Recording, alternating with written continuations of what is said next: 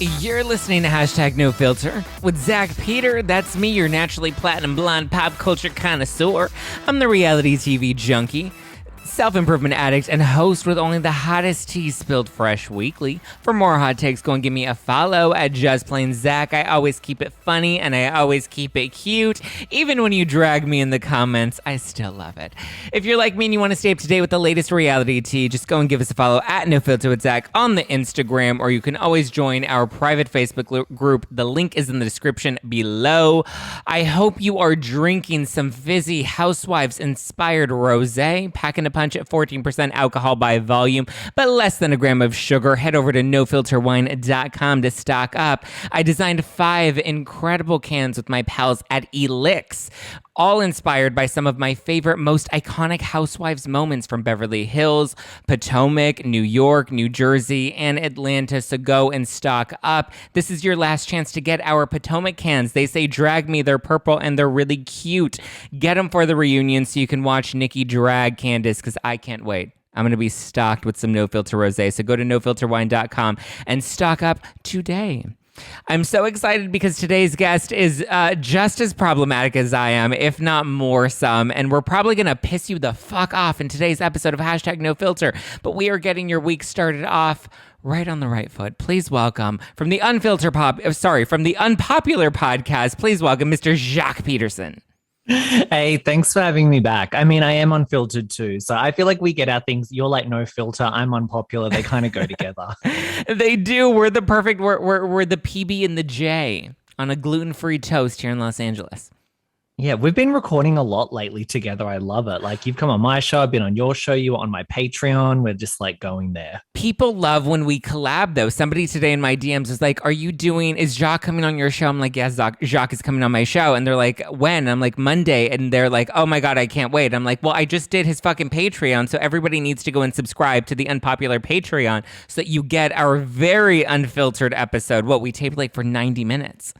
People loved that. That was like, we didn't have to worry about, I mean, we're still pretty unfiltered anyway on the main shows, but like we could really go there on the Patreon. So that was good. No, I agree. I think that was a fun combo. Yeah, I think it was good. Everybody needs to go and subscribe to your Patreon. Okay, before we dive into all of the hot topics that'll piss people off later, I just want to know, how would you rate the Beverly Hills reunion? It finished last week. We got all 4 parts. You got to digest all of them by now. What was your overall rating of all 4 collectively on a scale of 1 to 10? All 4, it goes down a few points if I'm doing all 4, just because there was that filler episode, I think part 3. We didn't need the whole Kathy thing. I know people are like, we love Kathy, but it's like, it was the Erica show. That's what we wanted to see. We also wanted to see the Lisa Rinna and Garcelle stuff, which I love that they gave us that right at the start, because that was like pretty fucking juicy, but it was incredible. I mean, part 4, I was like blown away watching Erica. I was really team Erica, and then seeing her just like body everyone on stage. I mean, I know everyone has a different interpretation of it. You know, it's so strange where we are with the Erica thing, because I feel like at this point, unless you're delusional, like you kind of know that she's not guilty of anything at this point. So we're just like tone policing her. So it's like, yeah, you either like don't like that she yelled at the reunion, or you fucking loved it like I did. So yeah. I thought it was great. See, my thing is, it's like, is her behavior great? No, her behavior is tone deaf and tactless. And yes, she, is very aggressive towards the women. In real life, we don't like that. On a reality show, it's fucking great. In the world of, the law, is she guilty based off of everything she's revealed? What is she guilty of? I even put a poll, or not a poll, but one of those question thingies on my Instagram. And I'm like, okay, I paid attention to all 4 parts of the reunion. So if any dumb bitches out there have questions for Erica still, please send me your questions, because since I paid attention and I've studied this, I'll be happy to answer them for you. And there were maybe like 2 solid, like good questions that were mainly in relation to like, they want to know how she actually, set the track work for how she was able to leave Tom. And like, they want to know what that plan was. And I'm like, you know what? That's a legitimate question. And at the reunion, she said, I legally can't answer that. So I'll give you that. That was a real legit question. But most of the responses were, Line isn't answering the questions, or what about the snow? And I'm just like, What the fuck? If you give a shit about the victims, the snow in Pasadena doesn't matter. My family lives in Pasadena. I live in Los Angeles. I can say it snows in, like, so many people want to be like, it doesn't snow. It fucking snows in Pasadena. Does it snow for long? No, maybe it snows for like 4 hours on very rare occasion, every once in a few years. It does snow very lightly, but it gets cold. Like, it hails more than anything, but it is possible. And in the grand scheme of things, does the snow matter? No. And some people are like, well, it goes to say that she, it proves whether or not she's a liar. And I'm like, okay, well, first of all, I already delivered all the news articles that prove that it was snowing that week in Los Angeles. So now she's not a liar. Can we move on from the fucking snow? Because there are plenty of other players. There's Tom Lattin, David Lira, Keith Griffin, Gavin Newsom, the California State Bar. There's a list of other people and talking points that we should be discussing over the snow.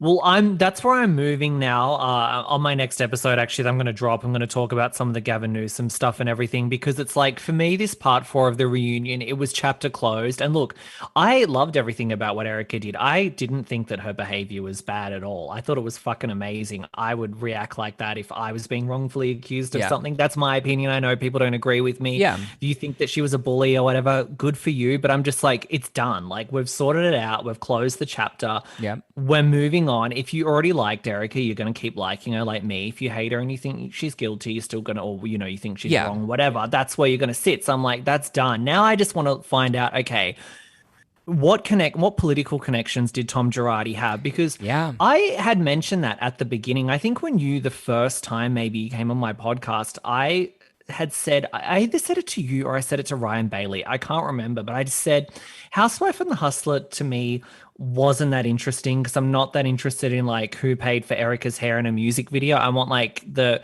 hustler and the politician or whatever. Like, I want to know like the power big players, story, the real scandal. Yeah. And I was thinking about that at the beginning, and then it was just that the season picked up and it just became all about Erica, and then I ended up like sparring with the fans all the time, because then I started defending Erica, that I forgot about that part of it. And now that the reunion's over, and I went and read that, you know how they did that new LA Times article with the writers behind the original LA Times article, and they mentioned some of the stuff about the political connections and all of that. And I'm like, that's what I want to fucking know. Like, that's where the juice is. It doesn't really matter about who paid for Erica's like budget of the music video. Yeah, I want to get into the real scandal of like, how was he able to get, because the reality is he was doing this well before he married Erica. When she became keen to what he was doing doesn't really matter, because it's so minuscule in the grand timeline of what he was doing and how he was able to get away with it. I've done so many deep dives. So when I have people coming in my DMs or in the comments that are like, oh, Erica's guilty, I'm just like, fuck off. Like, I've actually, like, I can pat myself on the back and know that I've done the real research. I'm not Mary from Maryland just watching Real Housewives of Beverly Hills and doesn't like Erica because of her behavior and is crucifying her for that. I've said it. Her behavior isn't great in real terms. You know what I mean? As a character on a reality show, as a reality TV villain, yes, it's what we all, live for, because we have the, or what? If you call me a liar again, I'm coming for you. We have so many of those great moments in reality TV world, but like, when it comes to the actual embezzlement scandal, there are 20 other people that have money that actually profited off of this, that actually were aware what was going on and turned the other cheek because they were getting money from it. Those are the people that should be paying up that $25 million that they're coming after Erica for. Well, you were definitely vindicated a lot at the reunion, and not to come on here and kiss your ass, but so I've been following the Erica thing, but I wasn't getting into the legal stuff of it just because I'm not like a true crime junkie. Like, I don't really care. Like, I like analyzing parts of Beverly Hills, but the legal thing just is not that interesting to me. I know that everyone else was obsessed with it, but I was just in my head, I'm like, why is everyone saying she's guilty and I've never seen one shred of proof? So I'm like, you know what? I know that Zach's doing the deep dives. I know that Zach's having the legal experts and the bankruptcy people and everything on his pod. And I'm like, I'm going to have Zach on. I'm going to ask Zach all of the questions that I have, which were about, okay, well, people are saying this about her, with the money being transferred into EJ Global and the 20 million and the credit cards and all of that. And I asked you all those questions. You explained it, and I was like, that makes sense to me. And then by part 4 of the reunion, they asked Erica a lot of the same questions, and she gave the explanations that you had given on my podcast like 2 months ago. Yeah. And I'm like, okay, yes, so this is what it was the whole fucking time. And the other part of this as well is that people are kind of forgetting what makes a good show, like you said, because it's like whether you think Erica's a horrible person or not. Like, I like Erica, but I get that people kind of despise her. That's fine. But she was fucking phenomenal this season. And she actually needed to be, because she wasn't giving us great stuff the last couple seasons. No. She was holding back way too much. Like, there's only so far you can go on your gimmick of, I've got my gaze and I'm performing and, my fashion. You can only go so far with that. So we got so much from her in terms of drama, in terms of vulnerability across the board. And it was fucking amazing television. When I was watching that part 4 of the reunion, I was like, I feel like I'm watching like a soap opera, the best soap opera ever. Like, I feel like I'm watching a modern dynasty. It's like incredible. So, we need to appreciate what people, even if they're unlikable, what they bring to the show. Like, even on New York, sorry to keep going, but I was like a big defender of Leah last season, and also like Ramona. I think she's great. People get so upset about them, but I'm like, Leah and Ramona were like fucking doing the heavy lifting on these shows. Like, they're, even if you dislike them as a person, they're giving us a fucking show. No, so I appreciate that. I remember thinking that in this most recent episode, in this most recent season of New York, I'm like, this was a terrible season, but had we not had Leah and Ramona, it would have really been a terrible season. We'll get into New York shortly, but I just want to say, when it comes to Beverly Hills, just to wrap this up, like, I think too many people went into the reunion expecting Erica to either come off as likable, which was an impossible standard to set, or to come off as incriminating herself, wanting to say, I knew everything and Tom told me everything. And obviously that was never going to happen. One, because that's not the truth. And two, because she couldn't legally say that, even if it was the truth. And the part that's so frustrating for me, because as you said, I came on your show and I revealed everything that we got in part 4 already, because I've done the heavy lifting. But it's like, and one thing that I've never even said on this show until now is I've had so many people that I've talked to, not just on my show, but behind the scenes. Some of these reporters that are getting praised in the news and the media, I've had intimate one-on-one conversations with them. The victims, I've had intimate conversations with them. And the other thing is, it's like, I've never been a fan of Erica's prior to this season. I didn't listen to her music or have any desire to read her book. Like, I was never an Erica fan or Erica stan. So my position has never been to come into this to defend Erica. I've done all of the heavy lifting behind the scenes, when everyone's like, how come we can't raise money for the victims now? How come she doesn't do a music fundraiser? I've asked all of those questions. I've talked to the lawyers. I've talked to the victims. I've tried to arrange all of that behind the scenes, which is why I know there's a reason all of that stuff hasn't happened, is because there are so many legalities and loopholes that we have to jump through first in order to get to that point. Like, this is many months and possibly years before we can even reach that level. Would I love to see Erica do an It's Expensive to Be Me concert to benefit the victims? Sure. But as I've been saying, there's a whole process that needs to be done. There's a forensic accounting, and there needs to be a broken down. That's why I loved at the 4th part of the reunion when Erica was like, why aren't we pulling in every single lawyer and secretary's salary at that law firm? Because if I'm being pulled into question, why aren't all of them being pulled into question? Because it's the same money. And before we determine who had stolen money, we need to figure out what the money went, like what the money was, who it was divided to, what percentage was entitled to Girardi Keys, what percentage was technically stolen money, and where did that quote unquote stolen money go to in order to determine who is liable for paying that money back. Yeah, well, people like to give you a lot of shit. Like, Zach, you're not a lawyer. You don't know anything. And it's like, well, everything you've been said kind of like months before came out at the reunion and matched up with what you had said. So you obviously got it fucking right. So, I mean, it's hard when you come out with the unpopular. I mean, that's why my show is unpopular. Yeah. When you come out with the unpopular take sometimes before people are ready for it. Yeah. Because you get that hate. You get it. You know what it's like. It's like, it's hard though, because, and I think we've even had these conversations like off of our shows of like, sometimes it's like, it's so like, you can't win for losing. And like, I know what I'm doing. I know that I have the unpopular opinion. I know I'm not following the fray. There are so many other podcasters and YouTubers that'll rip apart Erica because it gets them cheap likes and many views. I don't need the cheap likes and many views. I would rather build my platform on integrity and take, all of the trolls that come at me, because at least I know that my work is being based on merit.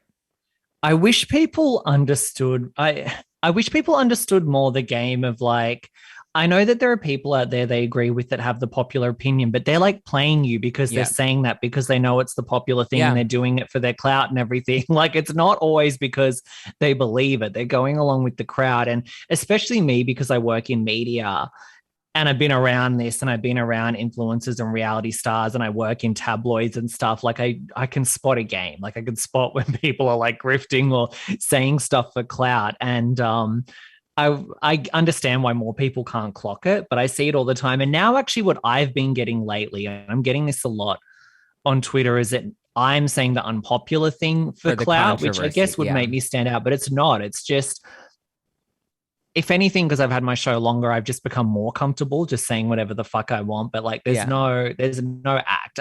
It's just, I don't know. People think people think you or I being fake or something. We're kind of like the real. We're doing the controversy for the attention. I've gotten that on Twitter too. I can tell you right now, the heartache and the mental headache of the shit that I get from people is not worth the, like, I would rather go and bash Erica and get easy likes and cheap views and 1 million subscribers and 1 million 5-star whatever and go sign a deal with iHeartRadio tomorrow. I would rather do that because that's the easier thing to do. But it's not true to my nature. It's not true to who I am. So unfortunately, I have to sit in the mud and take the slingings and take the beatings on Twitter, even though I've gotten that recently. People are like, oh, you're just saying this because you want to be controversial because it gets you more attention. I'm like, no, trust me. Homeboy over there on his podcast, is saying his bullshit and he's doing it because it's making him popular. Trust me, his popularity is 10 times greater than mine. And he signed his little network deal because of his opinion that might not even be true to what he really knows in his heart. Yeah, and it's not nice getting that backlash. No. Like, it does hurt. I mean, so what I get all the time, the main thing is I always get that I'm a racist constantly, because I was like never a fan of Eboni, kind of quite. I mean, I feel like a lot of people kind of, they've seen through Eboni at this point, but I was doing it like early on. So I get that. And it's like, no, it's not nice to go on Twitter every day and have, you're a fucking racist, like over and over. But it's, and I was scared to sometimes I was scared to criticize someone like Eboni on a show because I knew that it was coming. But I'm just, at some point though, you've just got to be like, this is my truth. This is how I feel about it. I'm going to say it and I'm going to get the backlash for it. And I don't fucking care. And you kind of just have to like put it aside. Like, I've learned to do that now, even with I get the Erica people, like the Erica haters attacking me as well. And now I kind of just like troll them back or I ignore it, because you kind of got to just put up a wall, because it's a lot to get that coming at you. The hard part is when you troll them back, then you're an asshole. And they're like, oh, how dare you, say this back to me. I'm like, why is it you get to be an asshole to me? I get like so much shit in my DMs and messages and comments from people. And the one time I respond with like a snarky comment back, then it's like, oh, you're so rude. And I'm like, what? I end up empathizing a lot as well with the kind of villainous housewives that end up getting the hate, like the Lisa Rinners and the Ericas, and like Leah, especially last season in New York, because that was like so full on for her, because I just think, these people are making a show, they're making an entertaining show. Everyone has a good season, everyone has a bad season, and the fandom is so full on. And like, I put myself in that category because obviously I go on my podcast and I can't come after people I don't like as well. So it's like, I'm one of them, but it's not easy to be the person that's on the receiving end of that at a time. Like, I imagine, like, what is it like being a Leah or a Leanne Locken or someone that's had that really bad season, and you've gone from being like maybe a fan favorite to just having waves and waves of hate on you. I mean, Lisa Rinna, fuck, like, she cops it so hard all the time. And she's given us almost like, if you look at the last 5 seasons or something in Beverly Hills, she's probably fucking given us the most. Like, she's given us all the drama and the storylines, and she's really helped make it a sensational show. Teddy as well. I'm a big Teddy defender, and people hate Teddy. People despise Teddy. The trolling that she gets is Teddy might be actually the most trolled housewife, I think, maybe like more than Leah and Rinna. But Teddy came in and asked those hard questions. I know you guys didn't like it, but she brought up things that needed to be brought up for the show. And if she hadn't been on those seasons, we might not have got some of the juicy storylines that we had. So you kind of you've got to appreciate some of these people a bit more. Because if you don't have them, then it's a boring season and nobody wants to watch that. And then if you do have them, then it's like, oh, I hate them because they're, whatever. And it's like, you can't win for losing. And it's hard, though, because I think we've had this conversation, too, of like, I don't know how some of these stars put themselves out there and get that backlash, because I know what it's like for like you and I, where it's like this teeny tiny fraction, and it weighs on our mental health sometimes, that I'm like, I couldn't imagine being a housewife and getting some of that. And a lot of it comes from, like, I know I did a live the other night, and this bitch comes in here and she's like talking shit in the live comments, and I'm just like, what the fuck are you doing here? And I'm sparring with her back and forth, and in the back of my head, I'm like, what am I doing? Like, this bitch isn't worth my time. But then the next morning after the live came out, everyone's like, are you okay? You seemed really annoyed. You seemed really agitated. I'm like, no, you guys, I'm a fucking human being, and sometimes a troll just weighs on you. And they're like, have you had a bad week? Have you been too busy? Or I talked about how like I injured my tailbone, and they're like, has that been like affecting your behavior? I'm like,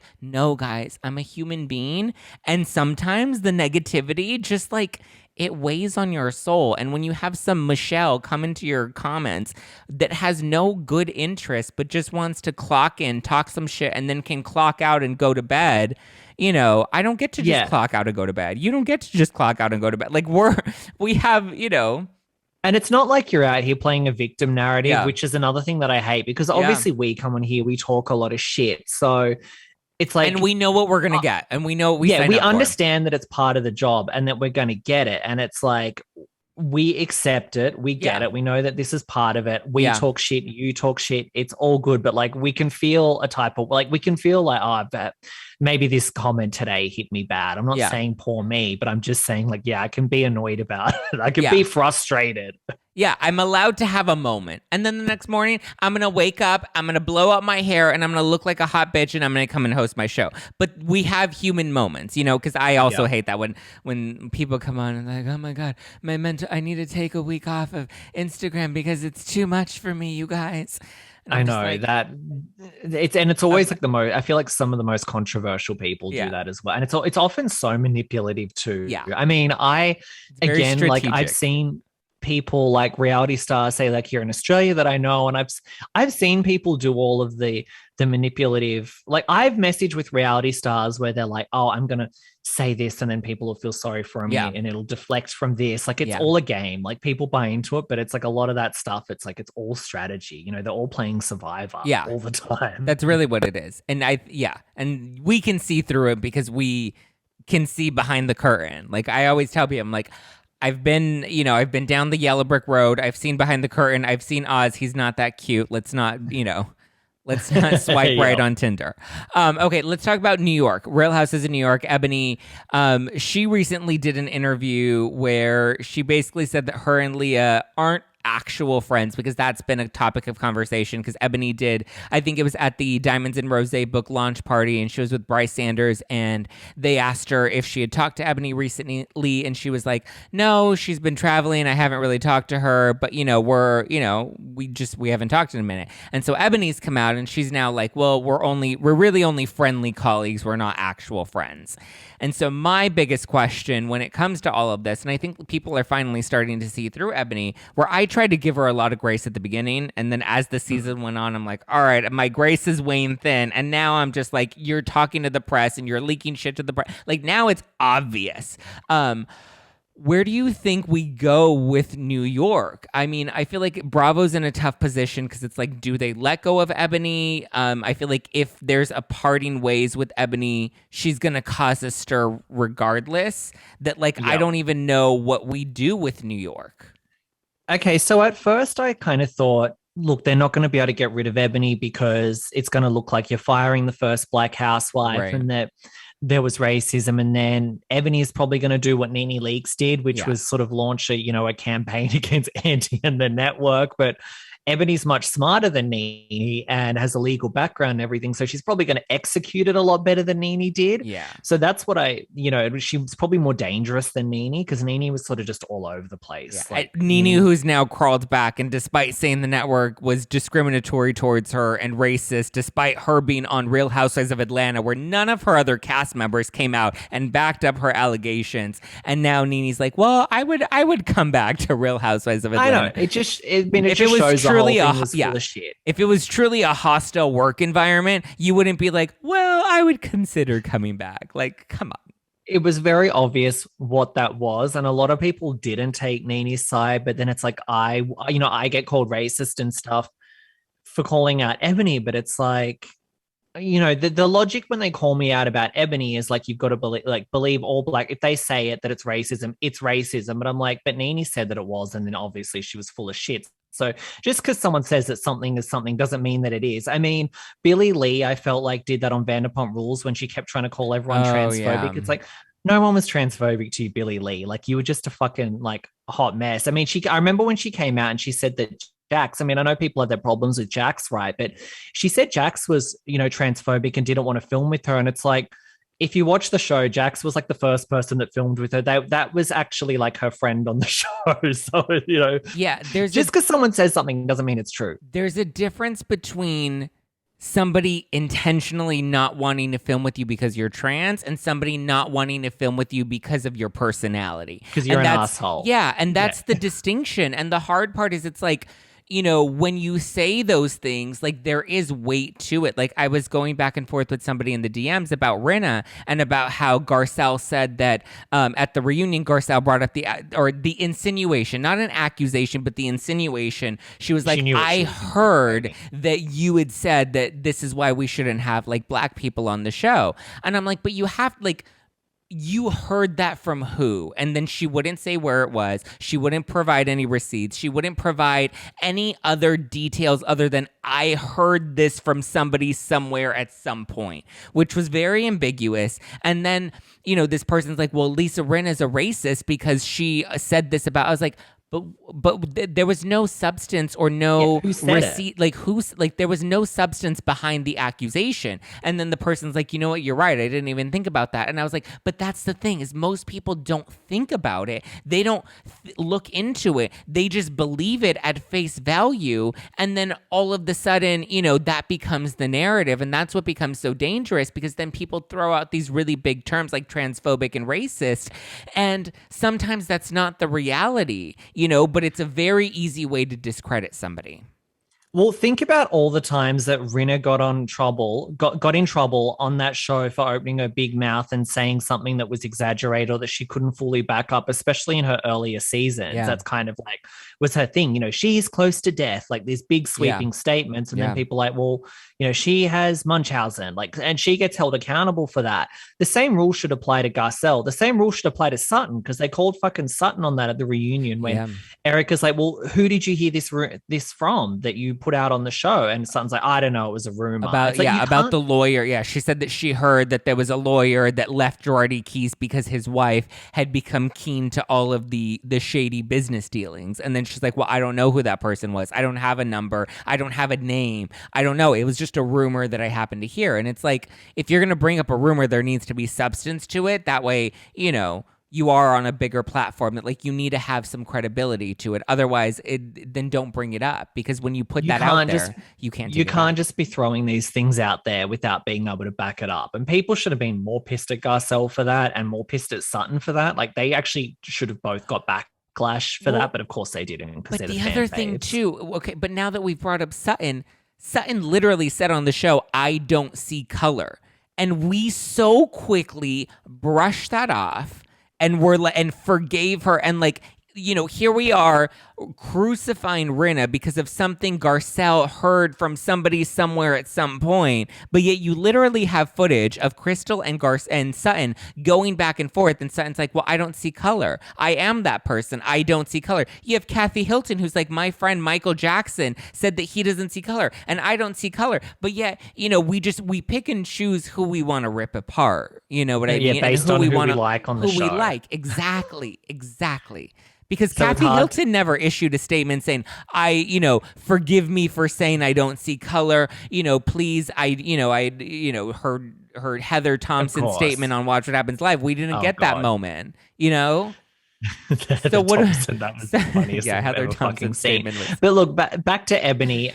Back to Eboni. Where was I? Yeah, so originally I thought they're not going to fire Eboni because of this, but now I'm like, she's clearly leaking to the press. Like some of these stories that you read, especially, so this is annoying going, I work in media, but I'm like, I know how to like read these stories and kind of get an idea of who they came from. I'm not saying I factually know that they're coming from Eboni, but there's some in there. Like there was one I just read in Us Weekly before we recorded which we'll get to, about the investigation into Ramona's alleged racist comment. But there was a source quote in there going, Eboni wasn't happy with how the investigation went down. I'm like, that quote came from Eboni. I'm telling you, I'll bet my fucking life on it, because of just the way it was written and everything. Like they've clearly reached out to Eboni for a comment.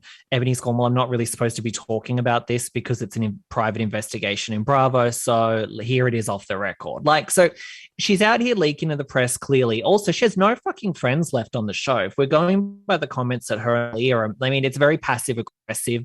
Leah and Eboni, it's like they don't want to say it explicitly, but they're clearly not talking. You can read between the lines. So she's not friends with anyone on the show. And traditionally, if you don't have an organic connection to anyone, if you're on an island, as Andy says, you're out. Like they got rid of Brandi Glanville. Yeah, I was just going to say that. The biggest stars on the show. And she actually still was friendly with Yolanda, but it like wasn't enough to keep her on. And Kim, she was friendly with Yolanda and Kim, who were both full-time cast members at the time.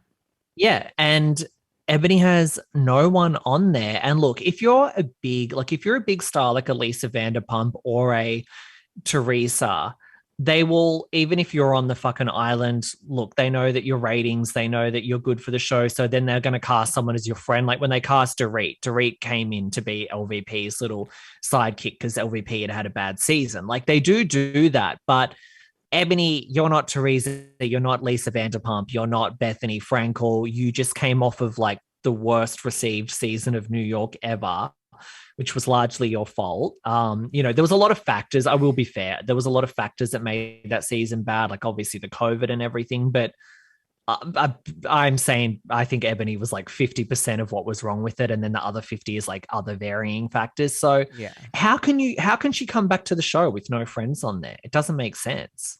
But it's not even just not having friends with anybody on the cast. It's truly tarnished, unrepairable relationships with the women on the show. Her relationship with Luann is done. Her relationship with Ramona is done. Now that she's coming for Eboni in the press, that relationship, I'm sure, is done. Who's left? Sonia? I mean, Sonia's not even a strong enough character to get a full-time Apple next season. Sonia, I've talked about this many times. I cannot believe Sonia stayed full-time for as long as she has. But the thing with Sonia is even say, look, I don't know what Eboni and Sonia's relationship is. Maybe they are friendly, but at the end of the day, like Sonia knows how to play the game, and Sonia's going to go over to Team Luann and Ramona, and they're going to stick together as like a Trace Amigas as the OGs and negotiate that way. Like, Sonia's allegiance is never going to be with you, Eboni, even if you're getting along with her. As dumb of a reality star as Sonia plays, she's a lot smarter than people she plays up the ditzy character because it plays well on the show. Now I think it's overdone, but like she's a lot smarter than I think people realize.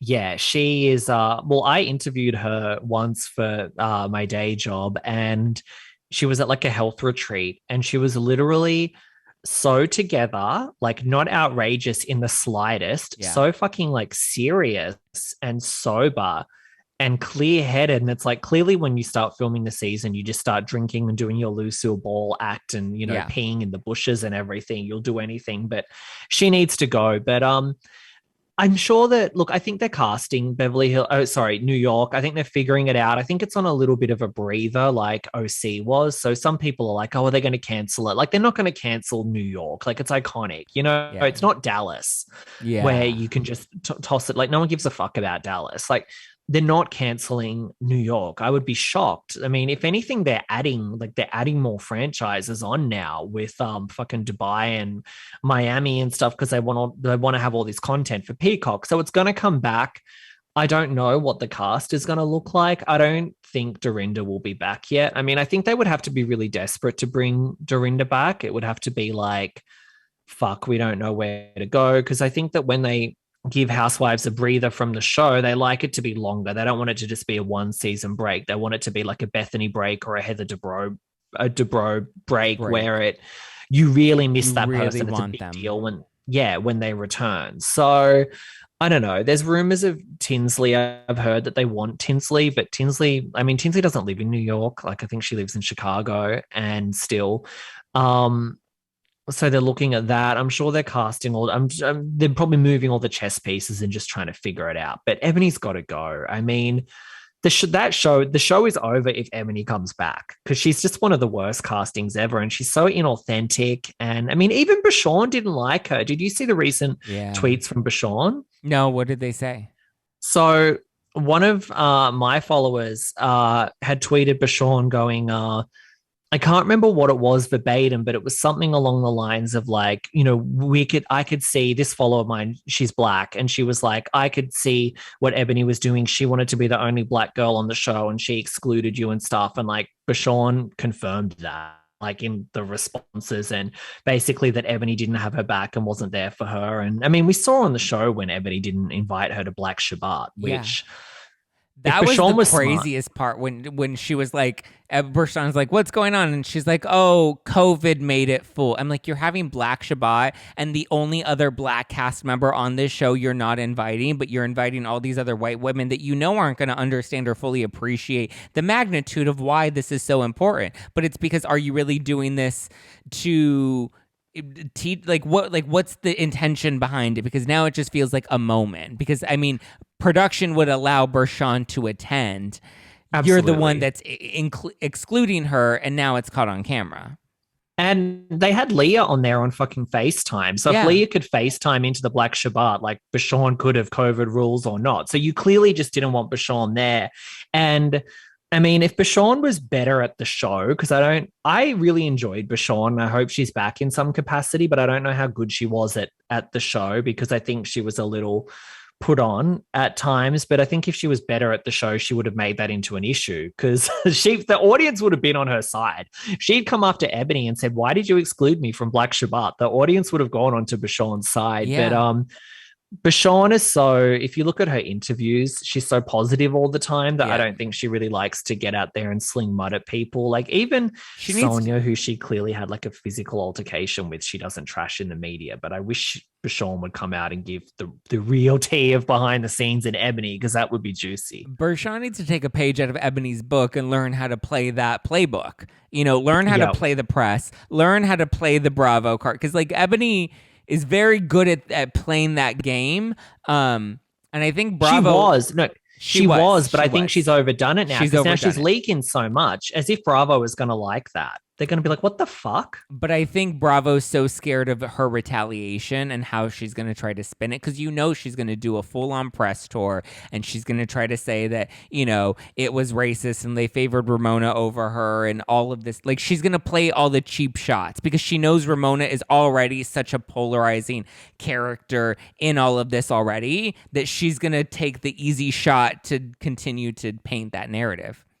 Well, she went on a podcast on Rachel Lindsay's Higher Learning podcast, and she said that there is an anti-black racist on the cast. Yeah. Now, we've since had which I think that Ebony leaked to TMZ about the investigation into Ramona apparently making a comment, and the comment was allegedly, this is why we can't have black people on the show.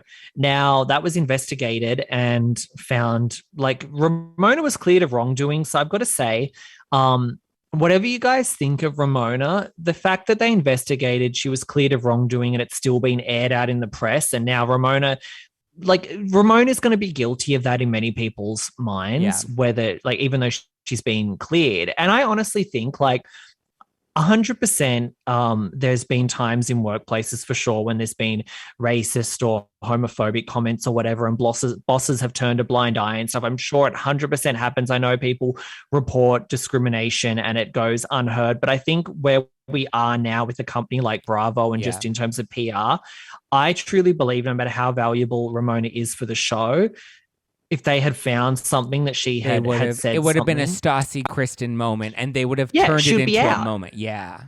I mean, agree. In this climate, you can't keep her on. Like, I mean, imagine if they kept her on after she'd said that, and then Eboni leaked that, and then it's like they covered for Ramona. So, yeah, I don't think that should have been leaked out there, and I think that, I think Bravo's going to be pissed because that was meant to be behind closed doors, and the comment itself to me, once I read it, I was like, that doesn't even sound like anything. Because what was the comment? This is why we shouldn't have Black people on the show.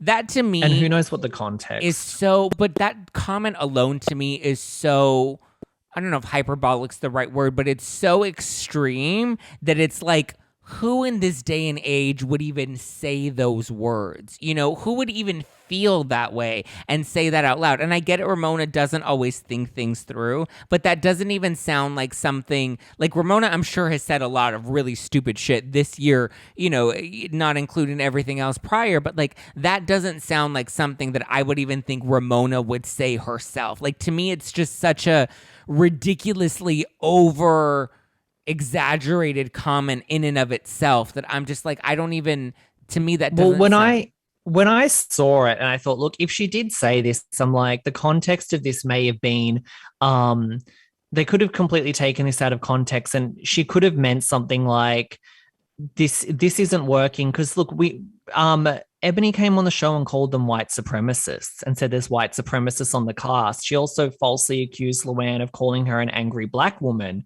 when she said she didn't say you're an angry Black woman. So Ramona could have been like responding to that, like, this isn't working, which obviously it's not an appropriate comment to make, but it's a bit different than saying like, we can't film with Black people. You know what I mean? Yes. And who even knows? But at the end of the day, she was cleared of it. I believe that Bravo, if there had been like racism if she'd even said it at all, which they've said that there was, no one knows it, if she said anything or not, and then to have it leaked out there. Yeah. And, I mean, there was a months-long investigation. They interviewed the producers, the crew members, the cast members, and they found no substance behind the allegation.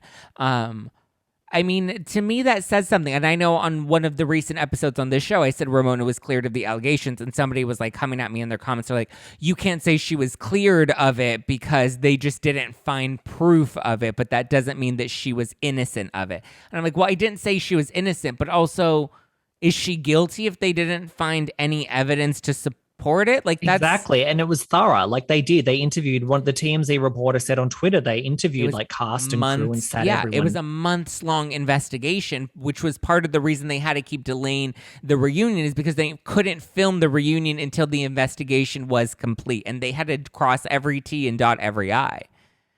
And if there's look, we don't know the full story behind this, but if it's like there was no proof, of course Eboni has the right to come and like raise issues. So I'm not saying that, but I'm like, I don't know, if this was some like hearsay thing that has obviously never even happened, and then it got to a point where you like couldn't even have a reunion for like the first time in the history of the franchise, and now that's going to annoy Bravo for sure, because then be like, okay, we couldn't even have a fucking reunion, we missed out on money from the ratings. Then the women, they all get a big reunion paycheck, especially the bonus, OG.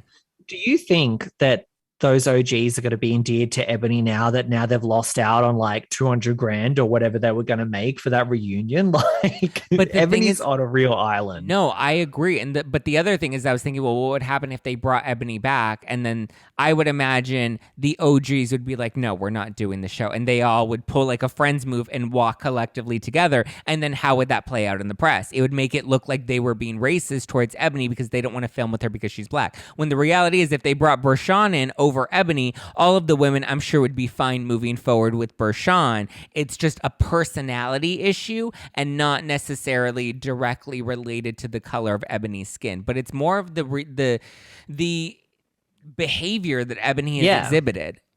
Well, yeah, they liked Bashan, but another thing is as well that people don't like to acknowledge is that, like, Ramona especially, they were extra nice to Eboni because they didn't want to get called racist. Because the thing is that, look, and she did throw out the white supremacist thing mid-season. Oh, it was crazy. But the thing is, we know if you read the Diamonds and Rose book as well, so the New York women especially seem to have a history of like icing out the new girls. They did it to like Kristen Takeman and Heather, and some Carol, Carol, like Cindy Barshop. They're known for that, like, and they're very territorial. And then when Eboni came in, they were like bending over backwards because they knew how it would be perceived and they didn't want to look bad. And the thing is, if anyone else came in like Eboni, look, Eboni's young, she's beautiful, she's educated, she already had a media background and a following. So that is a threat. And then she came in there, like she ran the show. She came in, I'm going to educate you. I'm running classes to educate you. And they were kind of like eating shit for a while. Some of the women going like, yes, educate me. Oh, I didn't know that. But if anyone else came in with that attitude of like, here I am not only being a threat, but I'm like marking my territory and I'm going to educate you OGs. They'll be like, get the fuck out of here. Like we've been on this show for like 10 plus years, but they like really tried extra with Eboni and people don't seem to kind of like acknowledge that. No, they didn't. Eboni, like even very like beyond the show, tried to play those cards where like, I remember when she posted the photo with Crystal and she was like, the racists aren't going to get us down. And I'm just like, but we never saw Crystal exhibit, and Crystal has actually gotten the racist comments from people in her DMs. Like, she's actually faced that, but she's never played the game the way Eboni's played the game. And I also find it interesting that Eboni and Garcelle haven't gotten friendly, considering Eboni and Crystal have gotten pretty friendly. Or they did for that minute until I think Eboni used Crystal for that opportunity. Yeah, that's true. And I've really felt for Crystal with the racist backlash that she was getting because I think she's handled race better than anyone. She really has. And she's taken so much shit for it. Yeah, and she posts the messages. People are calling her like coronavirus and go back and make your dumplings. And it's like horrible. And it's like and why are you talking about race? It's like she didn't even come in there doing like an Eboni and lecturing people and stuff. Like she brought up race when it was appropriate in the moment. And like she brought up when fucking Sutton had a Karen moment. Sutton turned into the biggest white fragility Karen you've ever seen going, I'm discriminated against for being a white Southerner. It's like, bitch, no, you're not. Shut the fuck up. And Crystal brought up race in that moment and was actually when I had Crystal on my show, I was like, you were really almost like too nice. Forgiving with Sutton. Like you really, because Sutton just didn't seem to get it. And people glossed over that so fast. The second Sutton started to question Erica, they're like, Sutton carried this season. Sutton is the queen of Beverly Hills. Don't get rid of Sutton. And I'm like, y'all forgot how racist you thought she was at the beginning. You know, like the double standards are insane to me. And then the other times Crystal brought up race was like, oh, this is my Chinese culture. I'm so proud of it. Or my family. And it's like, that's all normal, like natural stuff that you would bring up. It's not Eboni coming in with an agenda. No, I agree. I think Beverly Hills did it really well. And I've constantly like commended the way the Beverly Hills producers approached it because we had those moments that exposed us to culture with both Eboni and Garcelle. Because we had the dumplings night not Eboni, with Crystal and Garcelle. We had the dumplings night at Crystal's house. We had the Haitian dinner at Garcelle's house. Like we had these moments where we were able to see culture and we were able to get that exposure and to learn about it without it being a teachable moment. It was just natural, which is how it is here in Los Angeles. In Los Angeles, culture isn't something that we have to teach each other. Culture is just something that we're exposed to walking down the street. The diversity is so natural here that like nobody's trying to teach each other. This isn't the South where, you know, you need to lecture the Sutton on like what it means to be a person of color or a minority in America.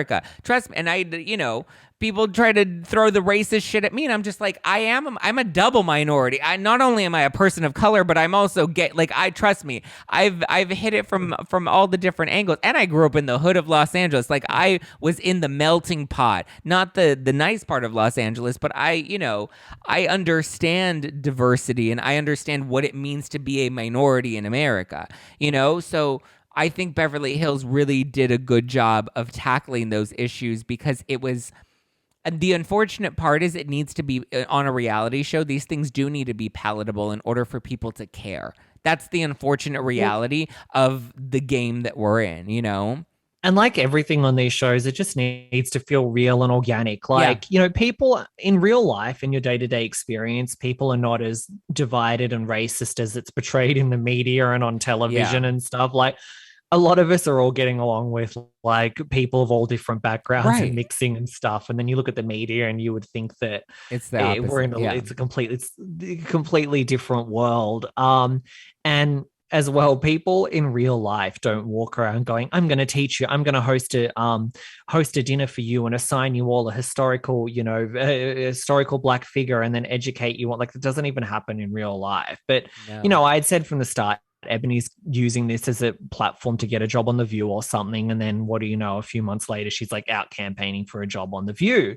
And I think she pissed off ABC. I don't know this for a fact or anything, but there was a big story in the Daily Mail about how Ebony was going around saying that she wants Sunny Hostin's seat on the show. And look, I don't know how true this is or not, but the interesting part about that article was that ABC didn't ignore it. They actually commented and fully like backed up Sunny and everything. And that gave me the impression that they were annoyed with Ebony because I think that under other circumstances, they would ignore that and go, this is rubbish. Like, this is a nonsense tabloid article. We're not going to give it any credibility by responding to it. And then the fact that they responded, and I think it was someone had said to me, I don't know if it was Grant from Grant's Rants or something, but Ebony was like going out after she did her guest spot on The View. She was doing like interviews with like fucking whoever, like TMZ and stuff, like campaigning for the gig.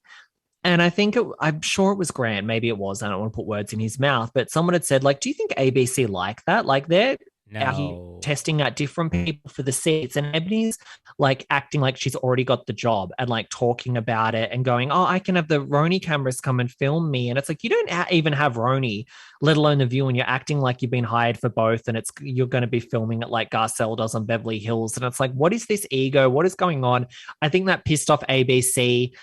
Again, when I say like I work in media and I can like read between the lines of these things, trust me, if ABC were like totally cool with Ebony, they would have ignored that article. They wouldn't have given a statement like just backing up Sunny and like not saying anything about, you know what I mean? Like, they didn't even say anything positive about Ebony. Well, because the thing between like ABC and Bravo, like the reality is The View and Housewives aren't really that different, but they try to position themselves as very different types of shows. So ABC and The View don't want to fuck with that sort of reputation, and that, so even though The View is combative and it's basically a reality show, just a reality show based on politics, you know what I mean? But they don't want to be associated with that type of catty behavior.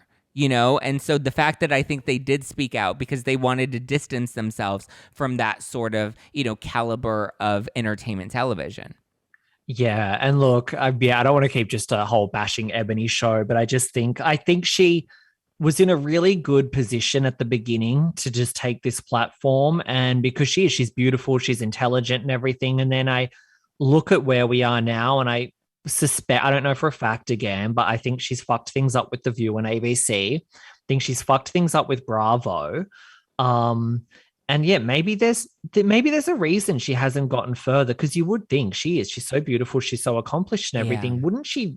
You would think she would be on a bigger level, but now I think she's just burning bridges everywhere. No, I really liked Ebony coming into this season, and because I liked her going into the season of New York, I tried to really go to bat for her at the beginning and be like, no, I actually really like her. I think that, you know, maybe RHONY isn't the best fit for her, but I think The View would be a good fit for her. Like, there were so many other, like, I tried to really give her the benefit of the doubt. But yeah, I don't want this to become a total Ebony bashing. Speaking of bashing, though, Bethenny's really bashed the show a lot too.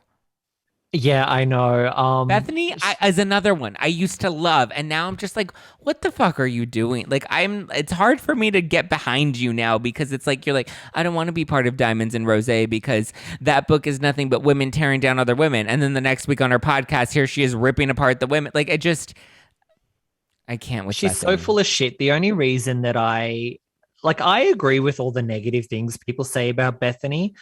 And she has this insane ego. And the one thing that keeps me coming back to her, besides the fact she is great on the show, she's amazing reality TV. Like, she's just hilarious.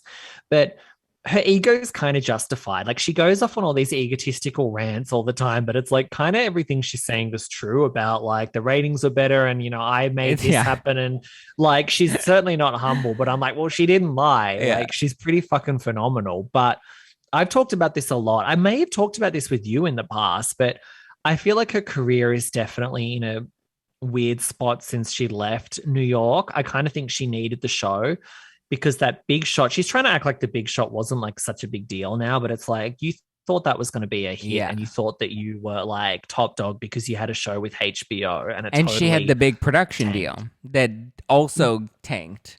That fell through. I don't think the podcast is doing as well as it's not a great podcast, honestly. Like, the quality's not great. Her interview skills aren't as strong. Like, and she had a great radio show, and even on her talk show, she wasn't terrible. But for some reason, she's really phoning it in with the podcast.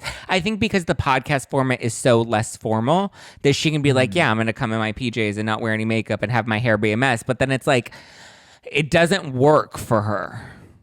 I think I think that it's a mistake when she does the interviews because I know she wants to be like, I'm going to interview important business people and stuff, but it's like, we're actually listening for Bethenny, and the only good bits of the podcast are when she does her little solo rants at the start because it's like you're getting a Bethenny confessional. So I feel like if she had a co-host or an on-air producer, and it was just like about her life and her thoughts on things and whatever she wanted, like it would be a better show instead of like a lot of celebrities come out and they're like, I'm going to have conversations with, you know, important people in different areas of the media. It's like, no one cares because like everyone does that. Like, you know what I mean? Like there's 1,000 shows. Lindsay Lohan's doing that. She got a podcast deal. She goes, I'm going to have interviews with Kim Kardashian's doing that as well with legal professionals.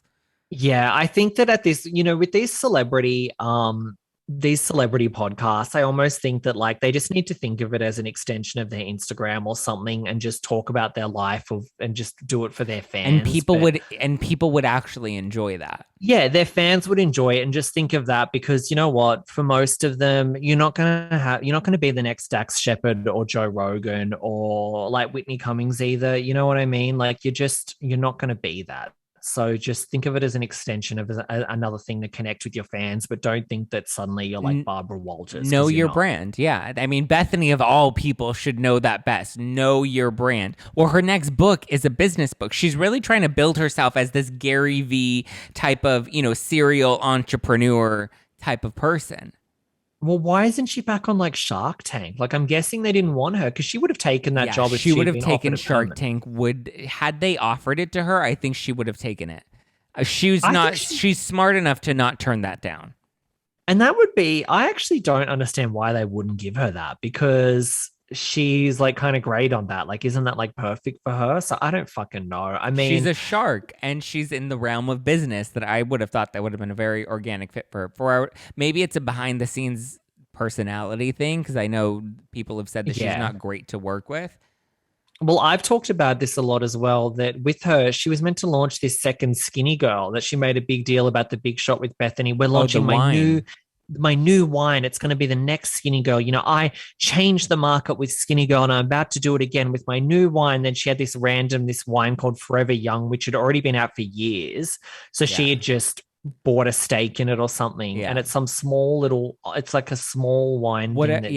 Whatever her original rosé brand was fell through because this Forever Young had not only been around for a few years, but it wasn't a rosé. It was a line of not very high quality wine to begin with. And she kind of just bought into it and was like, this is the wine now. And she doesn't even like promote it now or anything. She was on Instagram drinking a different wine. Listen, Jacques, do you ever see me fucking drinking a different wine? I don't even drink white wine or red wine. I only drink rosé now. I like vodka, but I only fucking drink rosé now because that's my brand. You go to bed with that shit. I wake up and put it in my Lucky Charms gluten-free cereal, Jacques. Well, she always knew to do that with the Skinny Girl. And then when she didn't do it with the Forever Young, it's like, okay, clearly this is like bullshit. Yeah. So I don't know what's going on with her. I mean, she needs to go back to the Housewives of New York, even though her ego's too big now and she's trashed the show so much. So I almost wonder, how could you even go back? But like, it's where she belongs. She belongs on that show, even if she took a friend role. Even if we look at The Big Shot, the most captivating moments of that show were when we got to see her behind the scenes, her personality, talking with her staff or talking with, her quote unquote staff, because Carol says that she doesn't have as Carol said in Not All Diamonds and Rosé, she doesn't have a real business. She has a bunch of licensing deals and a skinny girl museum. That was my favorite quote in that whole chapter of New York, where she doesn't have a real business. It's just a bunch of licensing deals, and she has 2 assistants and a skinny girl museum that they work out of. She would be so much smarter even if she doesn't want to come back to New York full time, if she just went on as a friend for just to have, or bring back Bethenny Ever After. Why doesn't she do that? Like, I think they she wouldn't doesn't greenlight that. I don't think. Well, not only that, but I don't think she wants to expose her personal life anymore. But that's her lane. That's where she's the strongest. That's where she shines the brightest. Yeah, we love her business stuff, but like, we're watching for her personality. You know what I mean? Yeah. Like, so we want to know that she's a successful businesswoman, but we don't want to know about the inner workings of her business. We just want to know that it exists. Especially if it's just licensing deals, like, it's not that interesting. I know. That's a Carol really blaster, but it's true. Aside from Skinny Girl, everything else has been just a licensing deal. She has no manufacturer. She has no office or like corporate offices. Like, she doesn't have any of that because the Skinny Girl brand is really just signing it off onto other people to fulfill those deals for her. Carol was amazing in that book. Like, her performance, I was like, where was this Carol on the show? Like, here's the thing. Is the book misogynistic, and is it about women tearing down other women? Fuck yes, it's about women tearing down other women. That's the reality of it. But it's such a shit show that's actually kind of enjoyable to read. I'm literally captivated with every single page of that book. Well, no one put words in their mouth. Like, they chose to tear each other down. That's why I talked about this, I think, on my last episode. I'm like, I hate the stigma that Andy Cohen always gets for, like, you're a misogynist and you profit from women tearing down women. It's like, honey, no one gave these women a script. They said, do you want to be on this show? They performed like this so they can get their fucking, like, wine deals and get famous and get Instagram followers and everything. So it's like, these women are choosing to behave like this. So I kind of reject that criticism of Andy Cohen all the time, that he's a misogynist. And I think Andy really believes that he's created a show about women, about successful women showing off their businesses and lifestyles. I mean, I think that's a little, rose-colored glasses, but I agree. I think, the women willingly go into this and want to go into this and know that they're signing up to be torn down. And the other sense of the responsibility needs to fall on the audience that continues to give them that platform. We love it and we love to shit on it, and tis what it is, Jacques. Yeah, it's not, by the way, when people say it's a show about successful women or whatever, I also hate when people still try to say, oh, it's a sociological experiment. It's like, well, maybe in OC seasons like 1, 2, and 3, but it's not anymore. It's just a very produced show about, like, people fighting with each. It's just a soap opera. Like, don't try to over intellectualize it, okay? No, yeah, it's a reality soap opera is really what it is. And the thing is, our lens of, like, reality stars is so different from the way we view soap opera characters, where to me, I look at them the same way. You know what I mean? Like, I don't need them to be perfect because I know a villain is a villain and they're going to do bad things, Yeah, we need to shift our mind, I think, with how we look at these shows. Agreed. Okay, Jacques, thank you for chatting with me today. I know there were a ton of other topics that we were going to get to, but I think we had a really good, important conversation that we'll probably get dragged on Twitter for. So, oh my God, the racist white gays, like, that's what that's what they always tell me. I'm like, I'm not even fucking white. Like, my hair isn't even natural. I joke that I'm naturally platinum blonde, but like, my hair isn't even naturally platinum. It's ridiculous. I mean, yeah, we're going to get dragged, but whatever. I've learned to embrace it now. I don't give a shit. So the thing is, I think when you know that you're not that, it doesn't affect you, you know? Like when I know what listen, I already know I'm on Erica's payroll. I'm the biggest Erica Jane fan. You know, it's so interesting to listen to the criticism because half of them are like, oh my God, your face looks so good. And the other ones are like, oh, your face looks yellow, or oh, you're so sweet and so fair and unbiased. And oh, you're such an Erica fan. And you're so, you know, it's polar opposites. And at the end of the day, I just remind myself that any sort of criticism or feedback is really just coming from the sender. And if they feel good about themselves, they'll send positivity. And if they feel shitty about their lives, they're going to send out nastiness. Or at least just come up with some better insults. Come up with some better ones because you're on Erica's payroll and you're racist or like kind of tired. Like you can do better than that. So come on. Yeah. Come at me with something that's going to hurt me. Like, I'm sure you can think of something. Yeah, I'm trying to think of the last time I was really hurt by a mean comment. I don't think, what was it today? That my glasses were too big. I just, like, they're so dumb. Which they are not. They look good. It's meant to be an oversized, like, 70s look. Yes. Like, that's the I was vibe. going for the Rinna on Watch What Happens Live sort of moment and vibe. I fucking love her fashion, by the way. I love her style. I think she's one of the best dressed housewives, which I always say. Not Dorit. I love Dorit. Oh, I hate Dorit's style. I think it's gotten a little bit better this last season, but it feels so artificial and I love Kyle's style. No, I don't like Kyle's style. Kyle has stepped it up from the muumuus. When it was the muumuu vibe and her Target, you know, dresses in season 1. And that's not me shading her. She literally said in season 2, she's like, my dress is from Target. When Dana Wilk is like $25,000 sunglasses. And she's like, Target. I think Kyle's style is bad. I think Dorit's is like way too low. I don't like logos splashed all over someone. I think it's so tacky. I think Garcelle has horrible style. Yeah, Garcelle's not great. Those are all bad. Sutton's is the worst. Sutton has the worst style of all of them. Oh, you know what though? Sutton's style is terrible, but I also like people that kind of have their own style. Yeah, that's like I'll a bit give her different, that. A bit quirky. So even though it's bad, I'm like, I enjoy it because she's doing something different. And this is obviously like kind of an expression of her.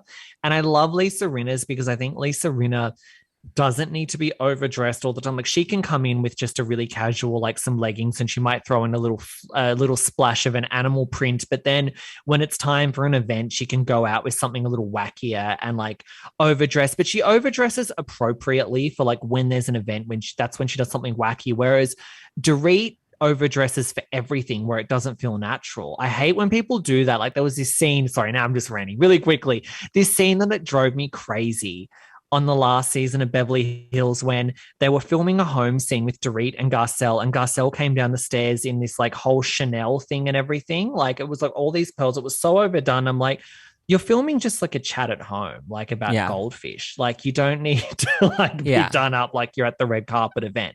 So I just like a more, just realistic thing. I get very into their fashion. Oh, I love Crystal's style. I love Crystal's style. I think the reason I love Dorit is because though I'm not as tacky as Dorit with all the labels, I'm like that. I will be fully dressed doing dishes in my kitchen. I'm literally taping my show right now with a full on, turtleneck and glasses right now, Jacques. I love being too overdressed all of the time.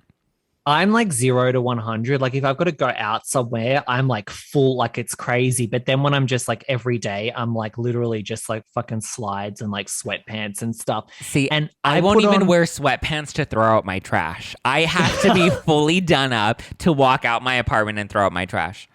I'm getting into the whole like athleisure thing because it's just so comfortable. I just want to be comfortable all the time. And you know what?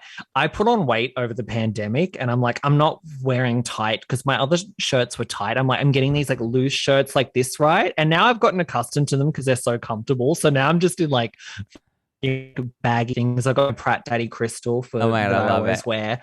And it's just my vibe now. I love it. I love it. I love it. I love it. Where can people listen to your podcast, Unpopular? It's Unpopular with Jacques Peterson. Follow me on social media. So Instagram and Twitter at UnpopularJP. And then the link is in the bio there. I talk obviously a lot of Bravo stuff. I talk about other topics too. Very politically incorrect, very unfiltered. I mean, I'm gearing up for my next episode, which I'm going to get cancelled for because I'm going to defend Dave Portnoy from Barstool Sports and break down the Me Too article about him. And I know that I'm just going to get fucking destroyed for that because I've been looking at Twitter and people are very angry at him, but I have a take on that. So that's the kind of stuff you're going to get from my show. So tune in. See, Twitter is not reality, though. Twitter is like a loud group of people that just don't know, that have no other, mission in life other than to be outraged about shit. I've learned that Twitter and the real world are not even, parallel to each other. Thank you, Jacques, for coming on my show. Everybody needs to go and listen to Unpopular. I've been on the show. We've done Erica breakdowns. I was just on Jacques' Patreon, so go and subscribe to that. Give him your money. He doesn't have an OnlyFans, but he does have a Patreon, so go and support that. What's really funny is in my Instagram Live, I told people about how, I'm not afraid to send somebody a nude. So this guy slid into my DMs, and he's like, so where do I get this nude? And I sent it. I literally sent him a nude. At this point, I don't give a fuck. I don't know why I brought that up. I guess because I was joking about your OnlyFans that doesn't exist yet. But you and I have said, Adam, I send nudes a lot too, so I think it's a gay thing. I think gays don't give a fuck. I don't give a leak it on Twitter. What the fuck do I care? What do I care? If you appreciate it, let's go for it. Slide into my DMs at Just Plain Zack or follow the show at No Filter with Zack. Be sure to get some No Filter Rosé at nofilterwine.com. The Potomac cans are only available for a limited time just to stock up for the reunion. So go to nofilterwine.com and be sure to stock up. If you're watching this on YouTube, be sure to hit that subscribe button. If you're listening on iTunes, give me a 5-star review because I love that validation. All right, guys. Love you. Mean it. Bye.